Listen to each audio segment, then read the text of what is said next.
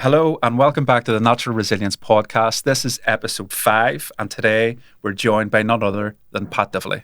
Pat, welcome to the show. Thank you, man. Good to be here. Welcome to Belfast again. I love being in Belfast. I love it. I've been here a lot over the last couple of years and got to hang out with you quite a bit, which has been a blessing. Yeah, I love seeing you come up and today's quite special. By the time the show goes out, it'll have been already, but we're here for your book launch tonight in Crescent One. Yeah.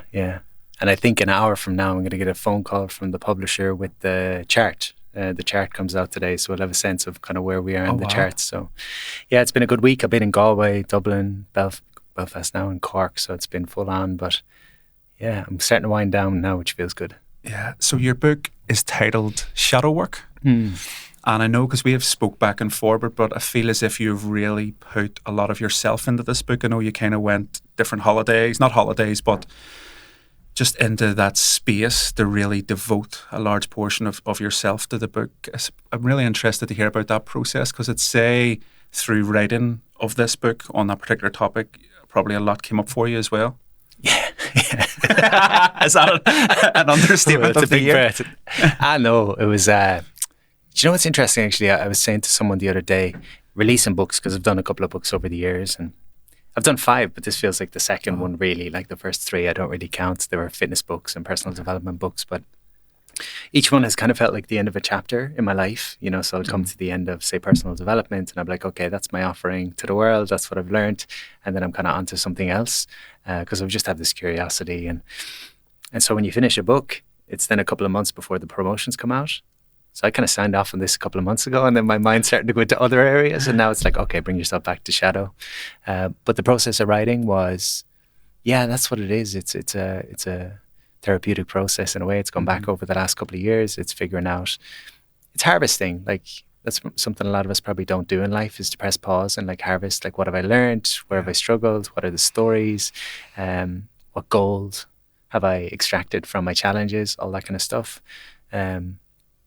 The way I approach this one in terms of writing, because oftentimes people ask about how do you write a book. I learned years ago, and it was a girl I was dating at the time who had no background in writing, and I was saying, I'm struggling here, I don't know how to write a book, and she said, well, just write something, otherwise there's nothing to edit. And I was in front of the computer trying to get every line perfect, and it was just a disaster. And then this book, I would put a timer on for 3 hours in the morning. I'd get up and I'd just brain dump for 3 hours. And it didn't have to be pretty. I didn't have any grammar in there or nothing. And that would be Monday. And then Tuesday I'd do a different chapter. Wednesday I'd do a different chapter. And then I'd circle back around and then I'd rewrite each chapter like 5 or 6 times. So I learned that you've got an editor in your mind and you've got a writer. And if the editor gets in the room too early, you're never going to get anywhere. It's kind of like journaling, I guess, as well. Like your inner critic is going to say, don't say the thing that feels vulnerable. But yeah. I love that. I love the concept of harvesting.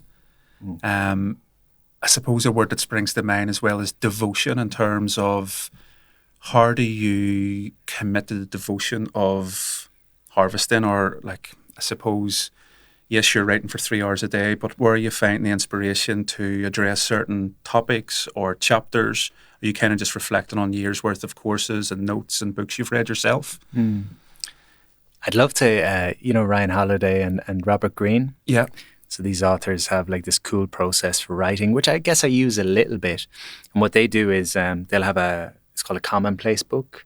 So they'll have a box, and within the box there's subsections. So they'll have like 10 subsections to represent different chapters of a potential book. And then they'll probably spend about a year researching, which could be listening to podcasts, reading books.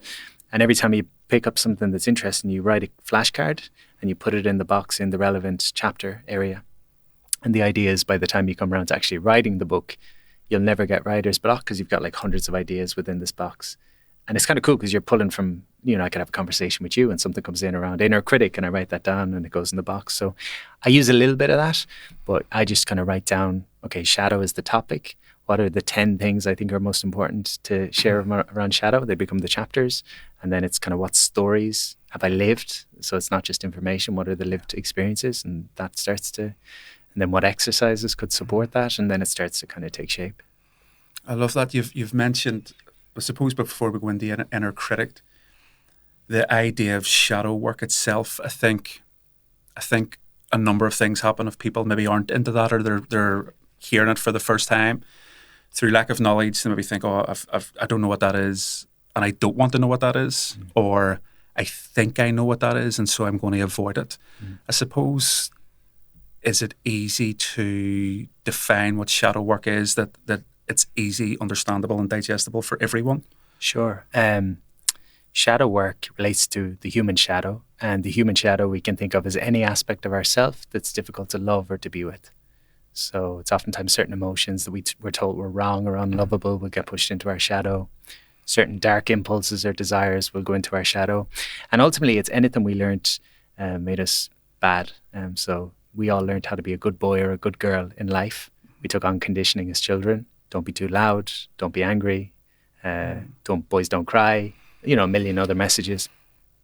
And the messages will have come from our religion, our culture, the gender norms, the media.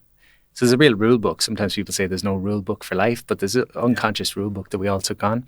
And shadow is about going back into the parts that got pushed away and figuring out, is maybe there's some value here. So at 6 or 7, boys don't cry was maybe a useful thing to take on because it kept me safe in the playground. But if I'm a 40-year-old man who can't cry in front of his wife, maybe there's going to be a disconnect there. So it's about reclaiming all that you are.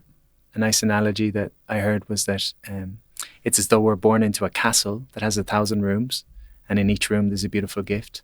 But people start saying, don't go in that room or that room or that room. And then you wake up midlife and you live in a dimly lit 2-bedroom apartment, forgetting you're really a castle with lots of magic. So that's the beauty of shadow. Love that. Is it like to demystify shadow work? Is it a form of self-reflection in many sense, an integral part of self-reflection? Yeah. There's an analogy or kind of story I guess I've been sharing recently. That years ago I did the Late Late Show, and I thought when you do the Late Late Show it means you've made it. If you're Irish, you've made it. And I spent my 20s relentlessly trying to achieve things so that someday I'd be successful. And it was always about personal development, personal growth. And in a way, personal development, personal growth insinuates that there's something missing, and so I need to develop. And did the Late Late, got in the car, we drove back to Galway with my family, and I'm going through Twitter and there's thousands of messages, like supportive messages. And then I get to one message and a guy was like, this guy from Galway doesn't have a drop of charisma. For some reason it stung, And I was like, oh, he's right. And my inner critic was saying, 1,000 people have sent me lovely messages. They see the facade, but this one guy that says I'm not charismatic sees the reality. It stung a little bit. And shadow work would be the idea in that incidence of, rather than trying to get better and improve and impress that guy and fix things, what if I was to turn toward the part of me that feels stung by that comment and make peace with that part? So oftentimes we learn that if there's something that's wounded within us, we look externally and we try to fix it out there. Shadow work is about, can I turn toward the part in that case that doesn't feel charismatic or doesn't feel like you should be on the TV, and actually work with that part? Because it's a little bit like, a lot of us, it's like breaking your arm and you're going to get physio in every other part of your body. In other words, we have an emotional wound and we look everywhere but the emotional wound. So it's about turning toward yourself. And, the word shadow might kind of make it seem like it's spooky or it's scary or it's horror-like. Shadow just means it's in the dark. So it's about shining light, self-reflection. Yeah, I love that. I love that analogy of shining light on parts that we've probably hidden away. And as you said that, it's about confronting the part that stings. That makes perfect sense about why it's so tough sometimes to face those behaviours or those kind of desires or thought processes. You're big into this, and you've dedicated a lot of your time and effort into this.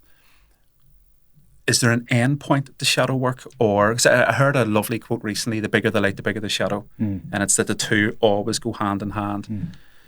What is the positive outcomes that you have seen kind of through your own journey in terms of confronting these parts or facing the sometimes uncomfortable truths?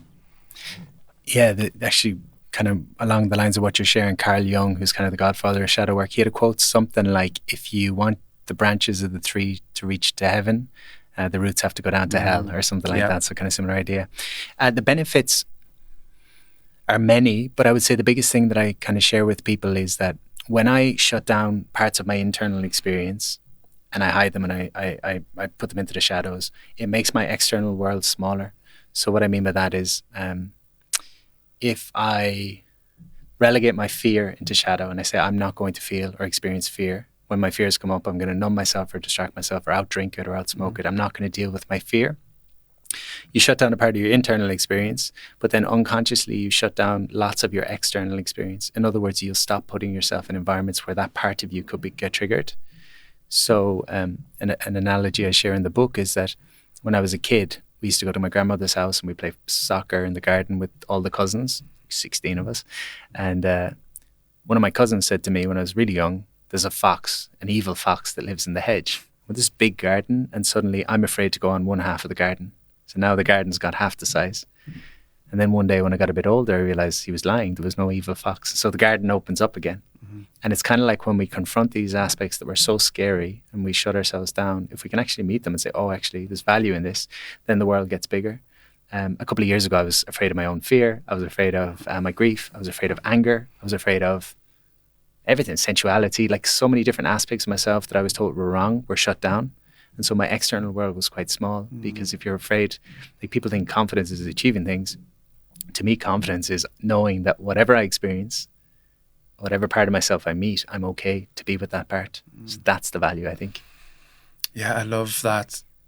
I had a fear of fear. I think a lot of guys have a fear of their anger, where they feel something in their body, and their initial thought process is, if I don't curb this or if I don't control this, all hell's going to break loose.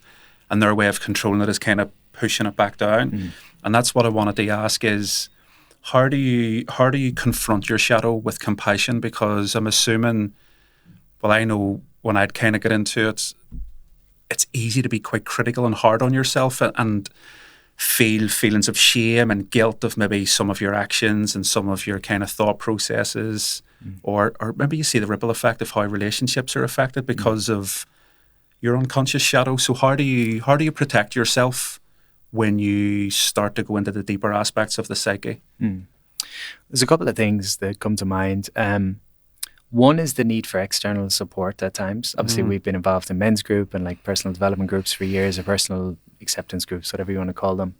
Our mutual friend, Jack Simpson, shared this thing with me last year that was really quite powerful. He asked me, how many people in your life love you exactly as you are and don't need to change you? And I was kind of struck by that. Wow. I was like, I'm not sure. And then he continued and he said, the reason I ask is that everyone tells us to love ourselves, but it's not always easy to love ourselves, particularly the parts that we're ashamed of. But he said, when people come into your life and they can love the parts that you're ashamed of, it kind of teaches you how to love yourself again. And that's huge, I think, because the reason we push things into shadow is because in some relational sense, when we're young, somebody says you're unlovable if you show that part. So I cry in front of the boys, someone rejects me. I learned that I do not maintain love if I show this part of myself. So shame pushes it down. And so the antidote to shame is compassion. But having compassion for ourselves sometimes can be difficult. And so having that kind of being met by someone else, I think is a key piece. So I think external support is a big piece. The second piece I'm sharing with a lot of people recently is the idea of awareness in itself is healing. So what I mean by that is, if you see an aspect of your shadow, and that could be, okay, you notice that in relationship, when people get close, you feel overwhelmed and you push them away. That's like an awareness. The awareness itself is enough. You don't need to fix it. You don't need to change it. You don't need to do anything with it. If you just notice that, you'll start to see it more commonly coming up in your life. And when you're ready, the change will naturally start to happen, which is a bit of a paradox if you're used to trying to will your way through things. But awareness in itself can be healing.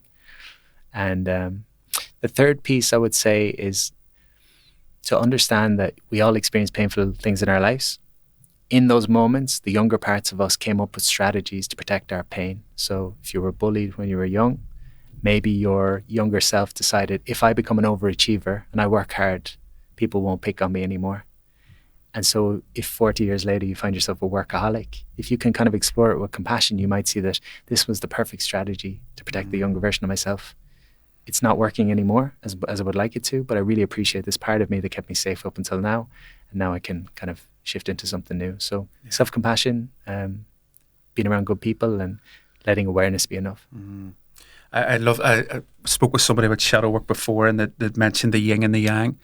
And this is once you go into the darkness of the black, you have to, like the yin and the yang, you have to bring the compassion with you, which is a piece of the weight to bring it into the black, to be able to kind of, not so much protect yourself, but this was the question I wanted to ask you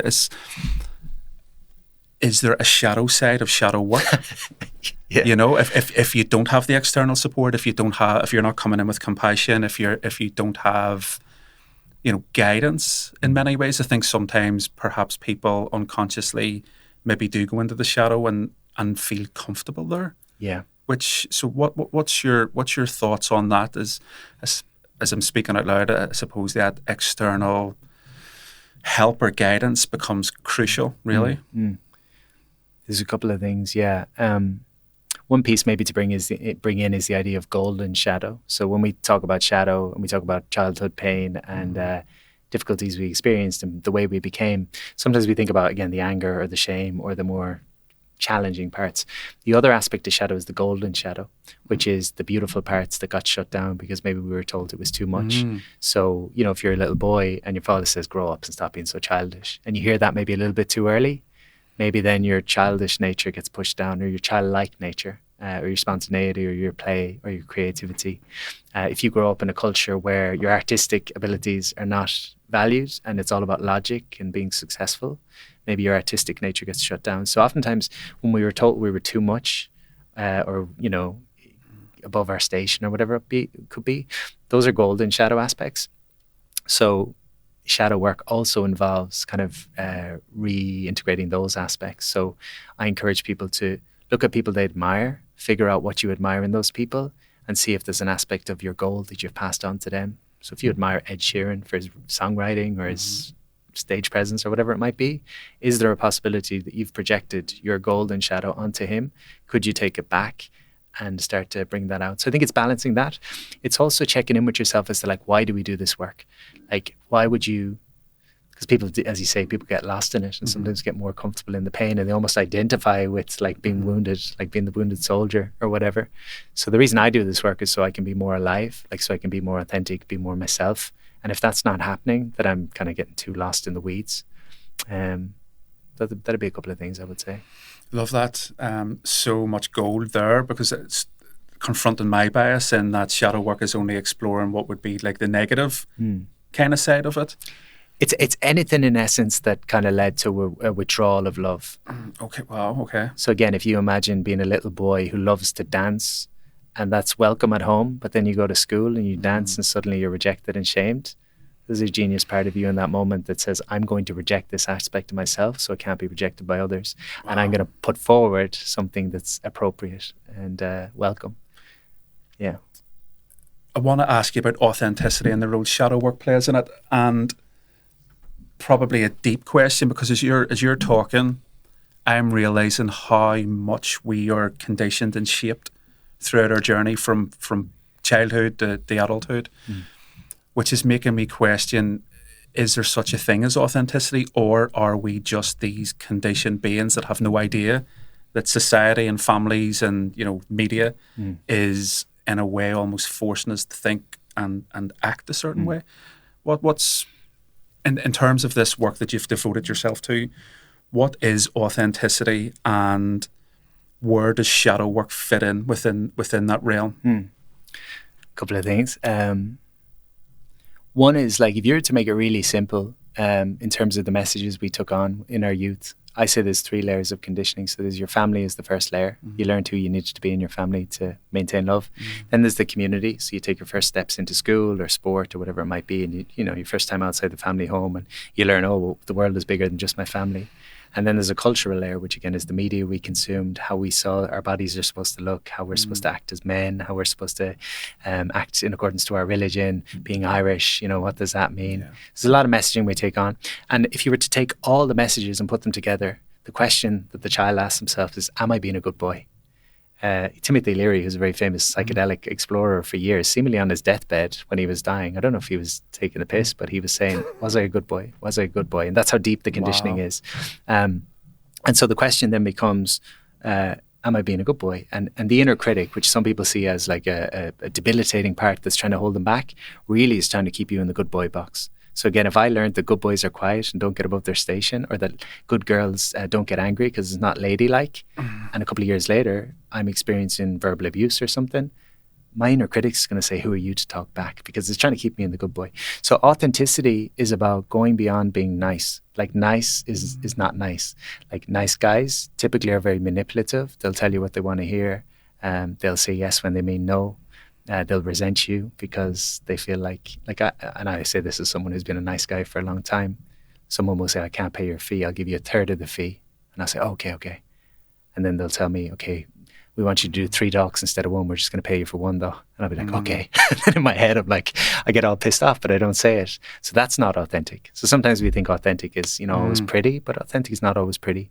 The other piece, I suppose, just to kind of consider is that we're always repressing and expressing different aspects of ourselves. So when I sit with you here, I'll express more maybe of the teacher in me. But if we go for a pint later on, maybe I'll express more of the joker in me. I don't think it means one or the other is inauthentic or authentic. I think it's just about knowing who's showing up. Because a lot of people, if you were to imagine that you're made up of 100 different characters or 1,000 different characters, perfectionist, people pleaser, funny guy, nice guy, father, like all these different energies, most of us will play out a few of the energies more than the others. We'll have a few kind of core ones we lean on. The problem is when you don't know that you're playing a character. So again, I can be the teacher here, teacher or educator, whatever the word is in this context. But if I spend my whole life in this mode, I'd be fucking hard to be with because I'd be a know-it-all, So it's authenticity is knowing how you're showing up and checking in with like, am I doing this because this is who I feel like in this moment, or is it a defense? Yeah, that makes sense. The thing that's really helped me make heads or tails of this is kind of the Jungian concept of all this, like the persona. Because I remember kind of exploring about authenticity, my own authenticity. I assumed that, well, the way it was explained to me was that you have to put on different hats throughout the day. So much like that, you can't go for a pint later and be the teacher, and likewise. I'd probably try. Yeah, we'll see. Maybe need more than 1 pint then. But if I went home to my kids and tried to be, the podcaster or this inquisitive person that wants to know more, really, they probably want the goofy dad. Yeah. And so you do put on different hats. Yeah. What is beyond that though? What is beyond the agreed upon voices or the agreed upon characters of Pat the teacher, Pat the facilitator, Pat the person that's holding space? What's beyond that? Is that authenticity, or is authenticity the culmination of the characters? I think authenticity is listening to what you feel in any given moment and acting in accordance to that to some degree. The new book, the opening chapter, I share the story of I was at a yoga retreat in Thailand maybe 10 years ago. I hate yoga. Like, it's not my thing. I had done 2... This is an exclusive. Pat Divilly hates yoga. I'm sorry to all yogis. Yeah. What's the word? Snippet this bit.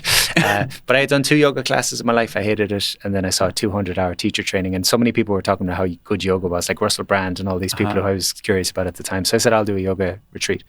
So I go to Thailand to do this 200-hour training. And the first night I went into the kitchen and one of the yogis was saying, I don't even know why he's here. He can barely touch his toes and all this. So, and then like a couple of weeks later, we had to teach a practice class. And one of the ladies came up to me and she goes, I must say, for a man who cannot touch his toes, you're so confident. And I was just like, I just thought, well, I've never done this, so it's going to be the best class I ever taught. Anyway, toward the end of the training, we all went out for food, and there was this Argentinian guy there and some beautiful French girls in the group, and I think he was trying to impress them, So he's like, I do the same accent for everyone, so don't take offense to the accent. But he's like, so girls, tell me, who are you? Right? So one of the girls is like, oh, I'm Julie. And he's like, no, Julie, this is just your name. Who are you really? And she's like, oh, I'm a yoga teacher. He's like, you are so much more than your job. And he's trying to do this whole spiritual thing, because the question in spiritual circles that's always asked is, who am I? Yeah. And you keep peeling back the layers. Okay, I'm Ciaran. Okay, no, that's just your name. Okay, I'm a facilitator. Okay, that's just your work. I'm a father. Okay, that's just one aspect. Who are you beyond all that? So anyway, they all start answering this question. I'm love and light, and I'm a vehicle for hope and possibility, and I'm a loving beacon for the world that's going to create lasting change. And then it got to me. I said, I'm a bit of an asshole. And I said, sometimes I'm nice and sometimes I'm good and sometimes I'm bad and sometimes I'm evil and I'm the potential for, I could be anything, you know, I recognize the potential to be anything. And to me, that's the essence of shadow work is a lot of spiritual practice bypasses with the idea of love and light, which is about getting out of your body. One of my mentors calls a lot of spiritual practice dissociation in holy robes. So someone feels angry and they try to out-meditate their anger and they're trying to deny the human experience. So authenticity, I think, is a lot about listening to your body and what your body's telling you. Your mind might tell you that you're the nicest person in the world, but if someone keeps overstepping your boundaries and you can feel it in your gut and there's anger being expressed in your body that you're not willing to be with, that's inauthentic in my mind. Love that concept. Jordan Peterson talks a lot about that, about owning the fact that there's evil within you, or there's the capacity to commit horrendous acts within every person. Much to your point about you can't always be the nice guy, it's there. And one of my favorite teachers, Anthony DeMello, says what you're aware of, you're in control of, and what you're not aware of is in control of you. So the case in point with that is, think of a martial artist, or think about Carl Frampton or Paul Hughes that you've had on. These guys are elite level fighters, but they have a control over it because this is something they've cultivated within themselves. So if it was ever needed, they can switch it on like that, but they're the least likely to bring it when it's not needed. Yeah. Whereas you might have a very passive person who presents as passive and very non-violent and stuff. If they get pushed to a certain point, they have a lot less awareness and control over the aspect of themselves. And so that could get messy. Or the problem, like with anger specifically, is the person that doesn't present or offer their anger in a healthy way typically directs it toward themselves, so it gets turned inward and it turns out as toxic shame. If I say no to myself for long enough and say yes to the world, eventually I start to beat myself up over that. So it goes somewhere. Natasha, my friend Natasha, says that if you don't use the energy uses you. So it's about learning to work with the energy. I love that concept. What is your view on like the collective shadow? Like what you've done a lot of traveling, you're meeting a lot of interesting people, you're getting asked a lot of questions about this work, and I suppose it's allowing you to kind of think deeper. The world is a fascinating place right now. There's a lot going on the global stage. What are you seeing from a collective shadow, I suppose, viewpoint, and how that's affecting society and in turn individuals? Probably the biggest thing is like, the culture of the West is about achievement and power, like power over, as opposed to authentic power. So I think the biggest wound in the world is the father wound, which is the idea of men not being blessed by their fathers. So this kind of disconnect where sons are desperately trying to prove themselves to their father, whether they love their father or they don't get on with their father. There's kind of I think there's something in us that needs our father to say you're doing a good job, or needs elders to say you're doing a good job. And I think when an older man says that to a younger man, a part of the younger man relaxes and he feels a bit more safe in the world. I think until he hears those words from an elder, there's a kind of longing to impress the world. And you tend to project your relationship with your father onto the world. In other words, if I could never impress my father, oftentimes I spend the rest of my life trying to impress the world. And I think a lot of the political leaders and the power structures that we see now is these guys that have no sense of, they haven't softened and relaxed because they don't have that sense of security in themselves. And so it's constantly power over. And the problem with that then is there's a disconnection from feeling. So all feeling has been pushed into shadow, and we're seeing atrocities happening in front of our eyes, and we're numb to it. A lot of us are numb to it because money and power and success and ambition have become the cultural values, and then the opposite have been pushed into the shadows. So I think that's the piece. It's all kind of cliche stuff, but it's too much doing and not enough being. Yeah. It's too much thinking, not enough feeling. It makes perfect sense. I mean, as I was thinking, you've obviously got the, in your face atrocities that are playing out, but even, I suppose, bringing it more localized, that mindset of go, technology's getting really fast. You throw AI into the mix. If a lot of people are doing, and I suppose it doesn't allow for that introspection or self-reflection or to develop your awareness. It's kind of became the norm to be this unconscious machine that's just programmed to work. And it makes so much sense that if you look at the history of Ireland, like in a short space of time, we've went to, famine to pretty comfortable. Yeah. Yet levels of anxiety and depression and suicide and disconnection are an all-time high. Is there a primal, I love that concept of people yearning from some form of validation from an elder, a father, or for the tribe. Is there a primal element of this? Is there something within our very being as humans that needs this and we've potentially ignored for in recent years? Sometimes I talk about like the idea of the village, and it can be a bit maybe romanticized in my mind as to how it would have been. But a couple of concepts that for me would feel somewhat true would be that go back a couple of generations and maybe we were raised within a village. So Francis Weller, who's an amazing teacher that talks a lot about grief, he talks about the grief that we have from not being raised in the village. So there's a part of us that longs deeply for a community and a tribe.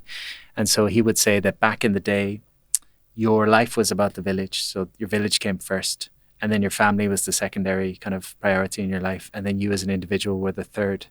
And now it's gone to the point where it's flipped on its head, where the individual is the most important aspect. We make ourselves the most important, and then maybe our family. And there's not really a village for most of us. But part of the idea was that with the village was if there's 100, 150 of us there, everyone in the village has got a unique purpose, which means everybody in the village has got has meaning in their life, because your life is not about yourself. Like if you're the baker, you need to bake for the whole village, and so you have a place in the village. And there's a lack of competitiveness then because everyone contributes and it's an ecosystem. Whereas I think maybe that's been lost now. So a lot of people are lacking in maybe meaning and purpose because they feel like maybe they're financially secure and stuff like that, but they maybe lack the contribution element, which I think is so important. I think it's that. And I mean, if you look back at how initiation rituals have been done for men over the years, the fathers wouldn't take the sons out for the initiations. It would be the uncles and the elders and the granddads that would bring, because there was always an energy between the father and the son of competitiveness. Because I guess they're both, you talk about archetypes and different energies. The father maybe is having a hard time stepping into eldership and letting his youth go. And maybe the young man then is having a hard time in being blessed into, we're all changing, right, all the time. So maybe that relates to our relationship to grief. Like, am I able to let go of chapters in my life? And if the father hasn't let go of his competitive energy and made peace with himself and hasn't received that kind of blessing within himself, how can he pass it on to his son? And that's another aspect of shadow, is that if I haven't felt my emotions, I'm not going to be able to sit with someone else with theirs. So I pass on what I don't feel. I think that was one of the main things where I wanted to explore myself a bit deeper, was when I became a father. Was like, if I don't, it's going to play out. It's going to go beyond one jet. And I think it's that personal responsibility piece. Okay, this is, the sun is shining on me. This is my time to deal with my shit, as opposed to passing it on. There's so much to unpack.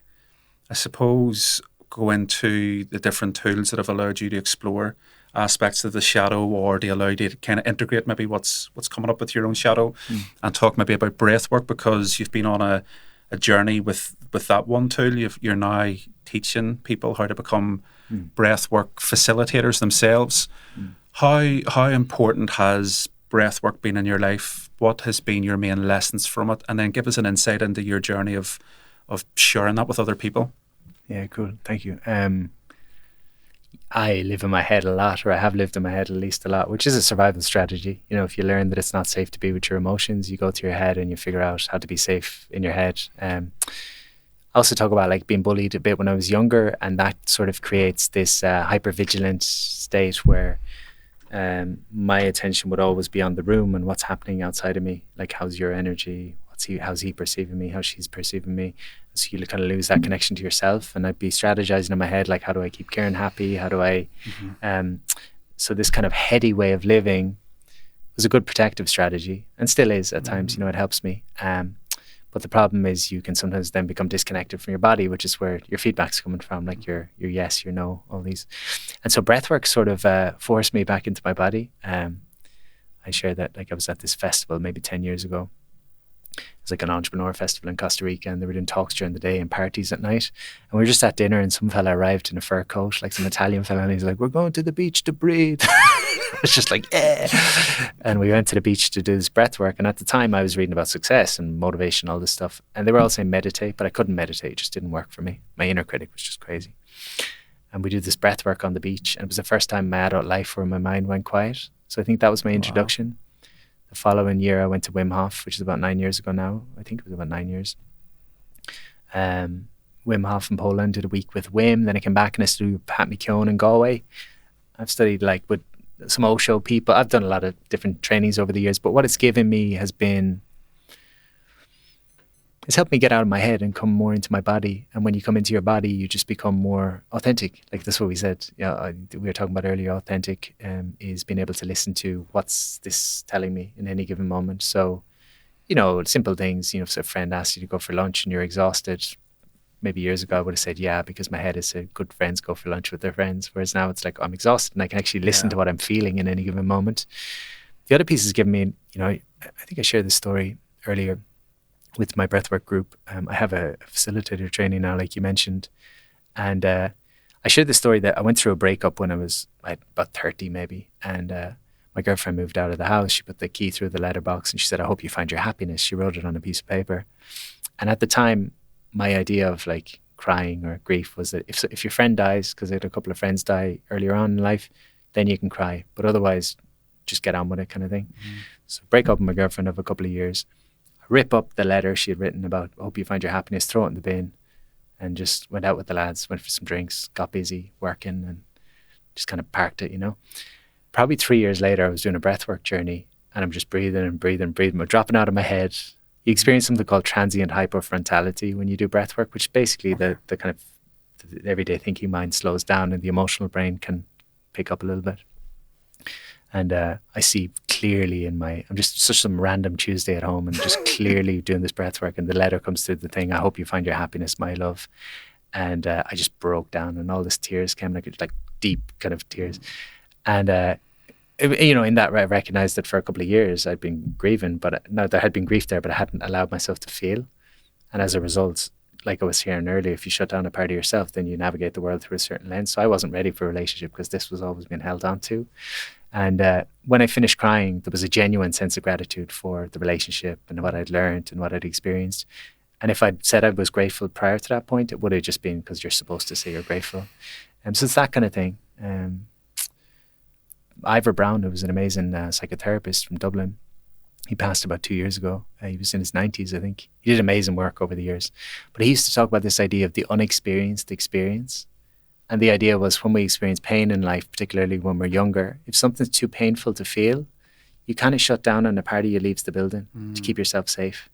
And sometimes with the breathwork, it's like you can almost step back in from a more grounded place and you can feel the emotions that you were not safe to feel in the time, and you can kind of loosen that grip that you've been holding. Is that a form of shadow work then in itself, where when you're emotionally mature enough to perhaps deal with something, you're then processing it, integrating it, and back into the full self again? I think so. Yeah.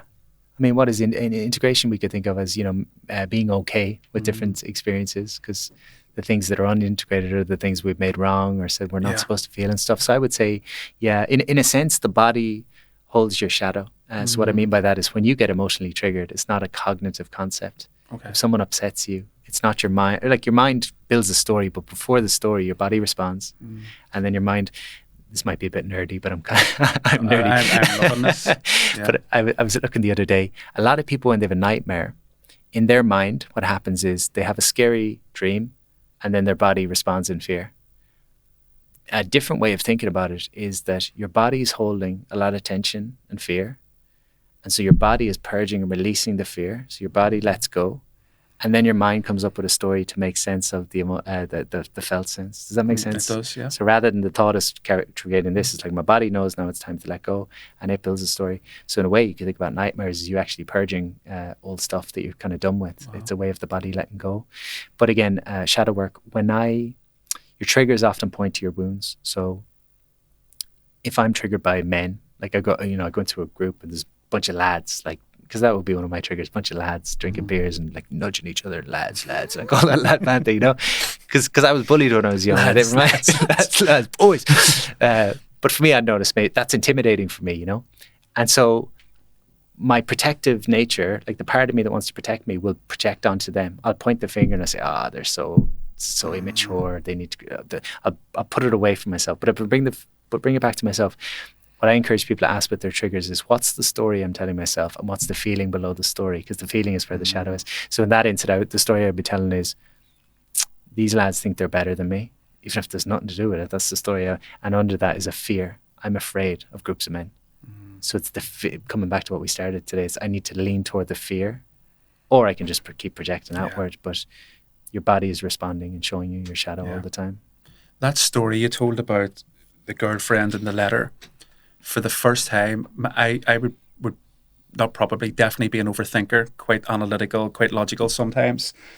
And I would process things that I kind of need to see that there's an end point, if that makes sense. So with shadow work, sometimes I've maybe stepped backwards and I've thought, well, I would just be doing, what's the sake of this?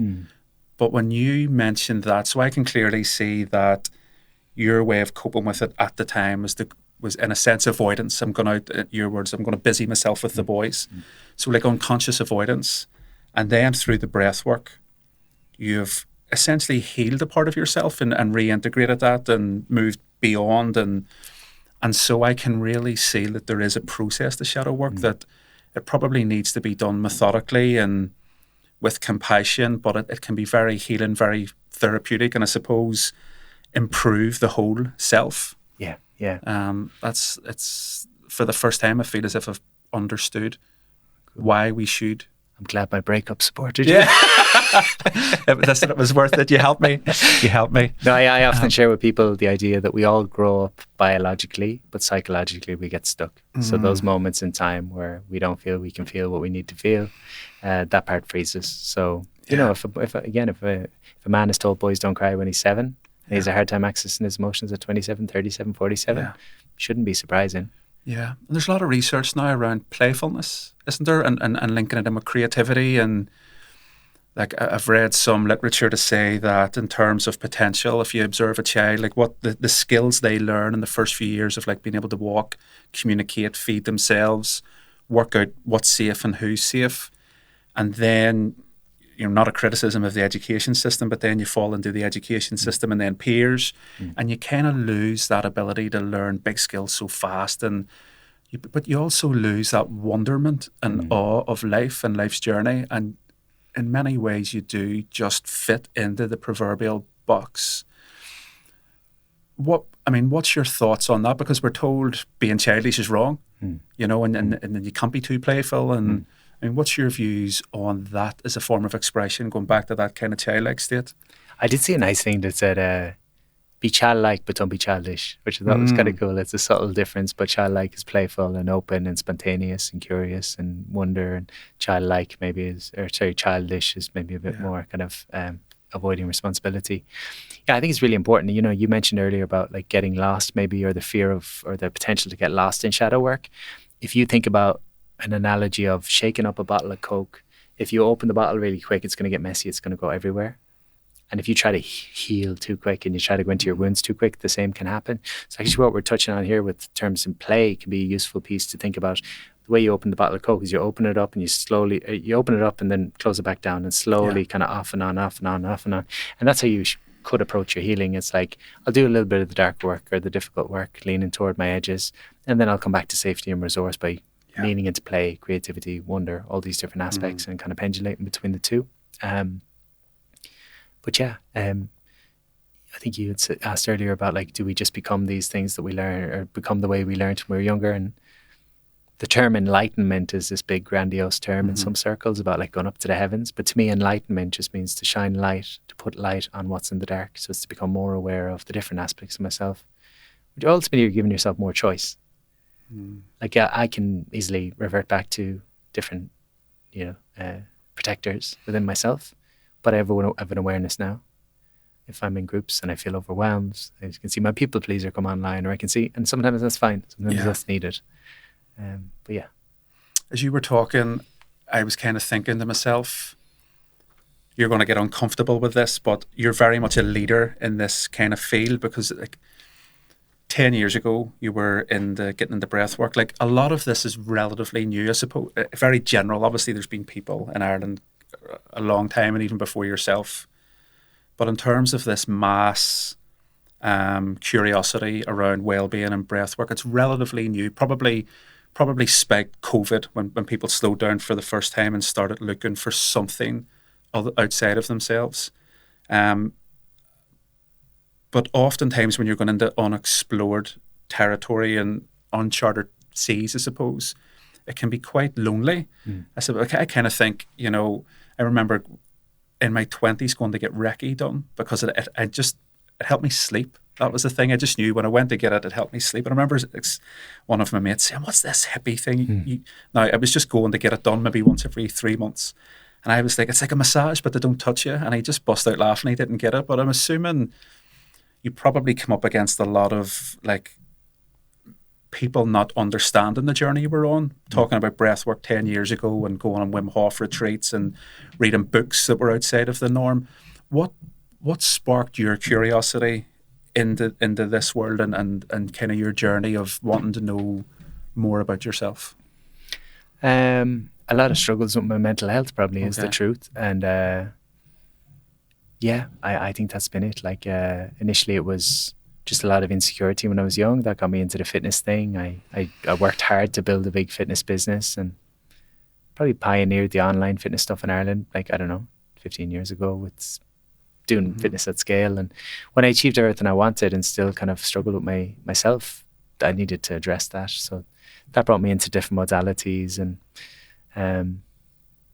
I don't know, there's just the curiosity there. And at times it was driven by insecurity still. It was like, because people started coming to me for deep work years ago, even when I was doing the fitness thing. And part of me was feeling like I'm not a psychologist, I'm not a psychiatrist, I don't have those letters after my name. So I would just do all these courses just to try and but now I feel comfortable that I can hold space for what I can hold space for.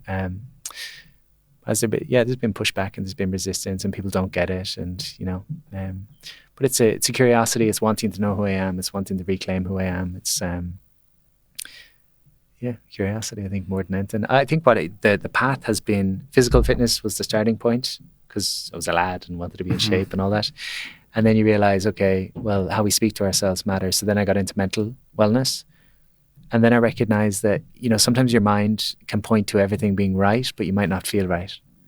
You might not feel good. And that brought me to emotional wellness. And the next sphere for me is relational wellness, leaning more into, we bump up against each other's edges in relationship, of course. So that's the next piece. But it's just a curiosity. I don't want to live the same life every year. And, I want to evolve. I want to grow. I want to learn. I want to challenge myself. And there's probably a bit of shadow for me in that when an industry gets busy, so when fitness started getting really busy, I was like, I'm out of here. And then personal development really busy, I'm out of here. Breathwork, I need to stay in the fire.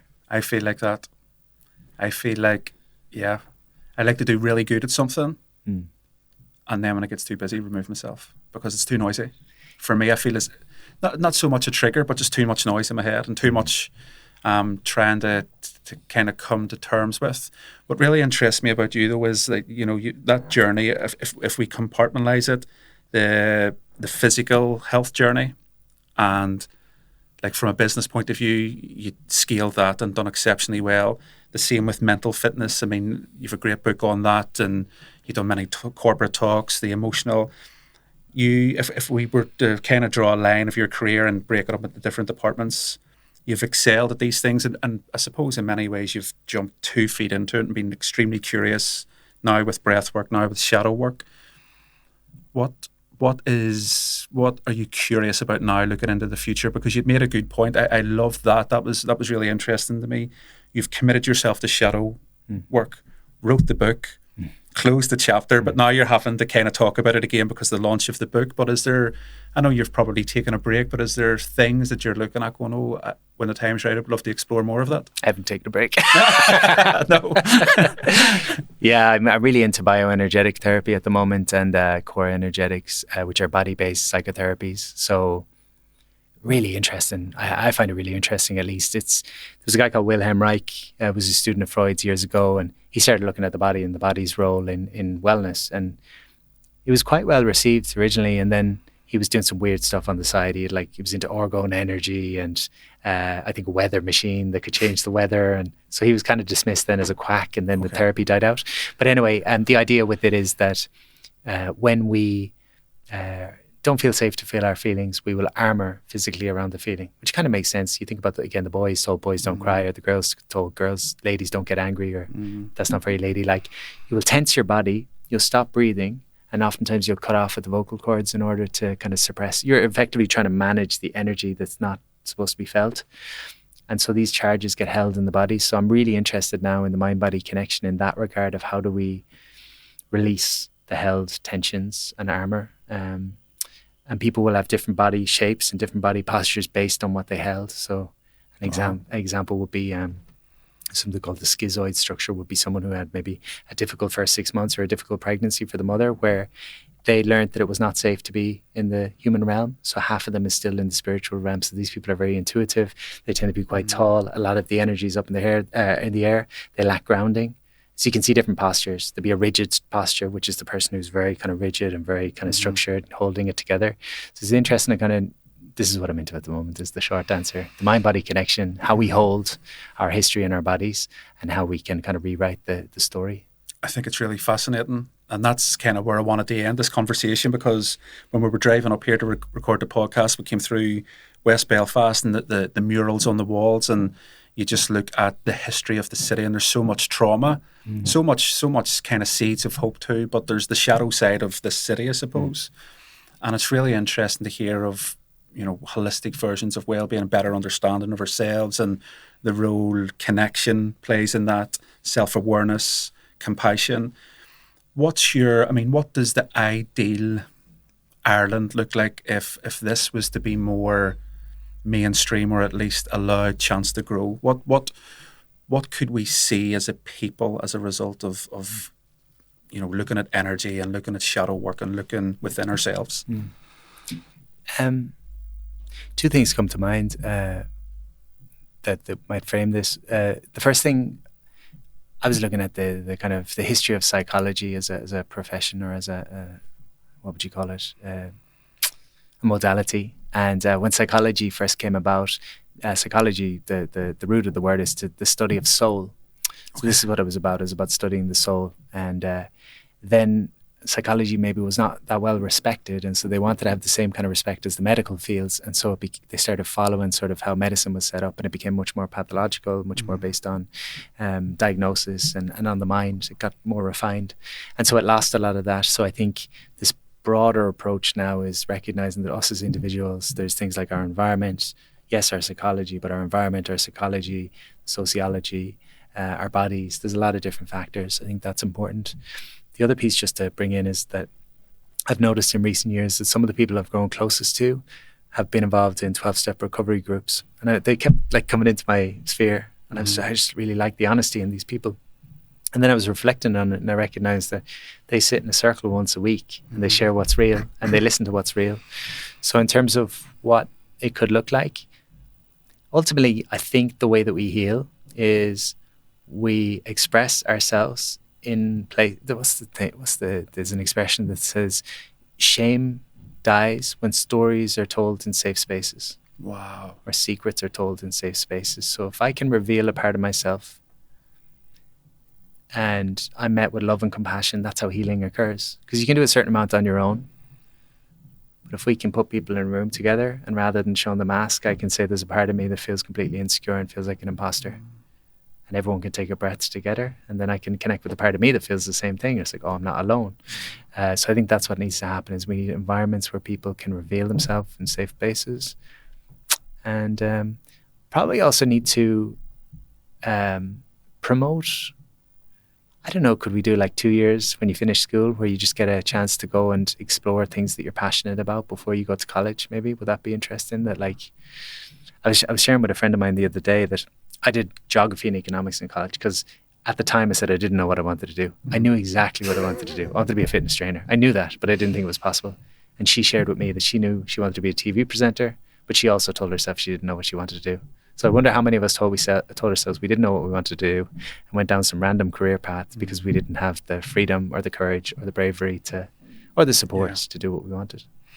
Yeah, I love that. I love your concept of sharing and in that circle and being met with love. I think everything, healing, growth, it all kind of comes back to love in some way, shape or form. Because the disconnection happens, or the trauma happens when there's a disconnect.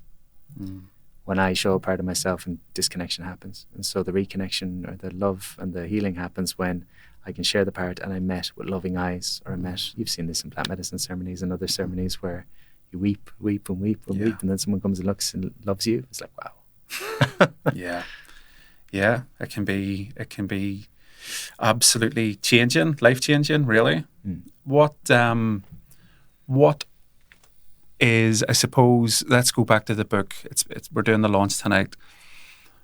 For somebody picking up the book for the first time, what can they get from it? And I don't mean what can they get from it, but what if they're completely new? Say they've listened to this podcast and they've thought, okay, like I'm willing to at least explore this. I'm going to get the book and have it as a companion on this journey.